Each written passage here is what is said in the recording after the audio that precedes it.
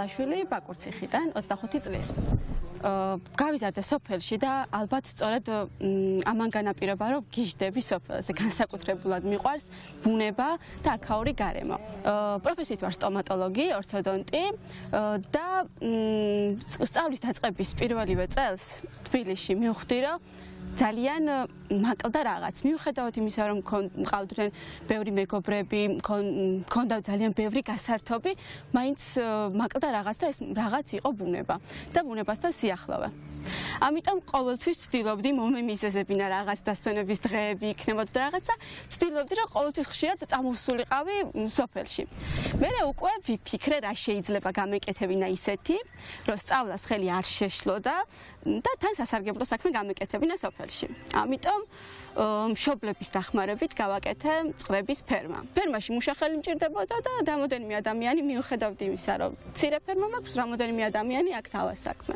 100 კილომეტრი არის ჩემი სოფელი დაშორებული თბილისიდან და შორს არ არის შესაბამისად ეს მიწყობდა ხელს იმაში, რომ მაშინვე წამოვსულიყავი სოფელში. როცა ჩამოვდივარ, ყოველთვის ვცდილობ, რომ თუ რამე საქმეა დარჩენილი გავაკეთო, არავის არ ვაცდი ხოლმე, იმიტომ რომ ძალიან მიყვარს ამის გაკეთება, არავინ არ მავალდებულებს, უბრალოდ ეს მაძლევს ძალას და ენერგიას და ყოველთვის ვცდილობ, რომ აქტიურად ვიყო სოფლის მეურნეობაში ჩართული. მართალია ამბობენ ქალაქში ცხოვრება ჩქეფსო, თუმცა ვთვლი, რომ არანაკლებ ჩქეფს სოფელში და უფრო მეტადაც მგონია ხანდახან. მე აქ რო ჩამოვდივარ, ვიკრებ ენერგიას, ძალას და მე უკვე მივდივარ ეგ და საერთოდ არც სტუდენტობის პერიოდში და მეგონა უკვე როდესაც ექიმი გავხდებოდი, მაშინ რაღაცა შეზღუდვები მექნებოდა, მაგრამ ეხლა უკვე უფრო მე თვითონ თავისუფალ დროს მე თვითონ ვანაწილებ როგორც მინდა და საერთოდ არ უშლის ექიმობას, სოფლის მეურნეობა ხელს. რამოდენიმე წლის წინ საქართველოს ფისტის ასოციაციამ გვაჩუქა 3 ძირინერგი.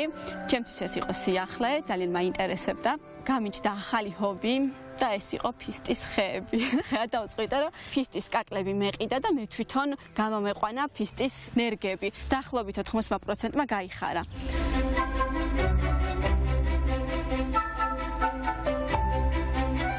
გიждდები პურის ცხობაზე და ყურებაზე და ყოველთვის ვცდილობ რომ დავეხმარო მშობლებს და ბებიას, განსაკუთრებით, რომ ბებიამ შემაყვარა თვითონ პურის ცხობა.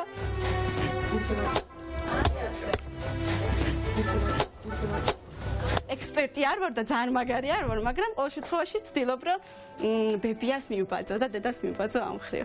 სოფელში ცხოვრება ძალიან საინტერესოა. აქ შეგიძლია ქალაქისგან განსხვავებით ქალაქში რომ ფანჯრიდან გაიხედო და დაინახავ მეზობრის ფანჯრებს, აქ შეგიძლია გამოხვიდე, იყო უკვე ბუნების ნაწილი და ეს არის ძალიან მაგარი. წელიწადის ეს დრო არის ჩემთვის ძალიან ლამაზი და განსხვავებული, იმიტომ რომ ზუსტად ამ დროს იშლება ტიტები. ყველაზე მეტად ამ ორ ადამიანს უხარია ჩემი აქ ყოფნა, დედას და ბებიას. ძალიან ასეთი გაიზარდა მოსიყვარულე თბილი, ყველაფერს ეფერებოდა. ეს ძაღლები, ეს ფისოები, ეს ყველაფერი მე ქათმები, კვერცხის ამოღებას ვერავინ დაასწრებდა. ბოლოს მწყერი მოუყვანა ერთხელ თავისმა ბიძამ და აი იქიდან დაიწყო და შეუყვარდა ის ყველაფერი, რომელიც მე ბიზნესად აქცია. გუშინ გამოიჩეკლენ ეს წყლის ჩოჩრები. ძალიან ყოჩაღები არიან და სხვათა შორის ძალიან მალე იზრდებიან. ძალიან მიყვარს. შეუძლებელი არ გიყვარდეს. სოფელში ვერ მოიწყენ, რაც არ უნდა каранტინი იყოს და რაც არ უნდა ცუდი სიტუაცია იყოს, ხო? სოფელში ამას ვერ იგრძნობ. დილაც სხვანაირია სოფელში, რომ გამოდიხარ, ხო? სადღაც ძაღლიყებს, სადღაც მეზობელი ვენახში ფუსფუსებს და ანუ ამისი ხმაური სუფთა ჰაერია, ცად თითქოს უფრო ლამაზია და უფრო კრიალაა და ხანდახან მგონია რომ ზეცფოლოდ შენთვის ანათებს. მსოფლიო ებრძვის უხილავ მტერს, თუმცა აქვს ამ რაღაცას თავისი დადებითიც და ყველაფერს აქვს რაღაცა მეორე მხარე, ხო? თითქოს დავაფასეთ ბუნება ამ პერიოდში და მგონია რომ ცუდი არ არის ეს მომენტი.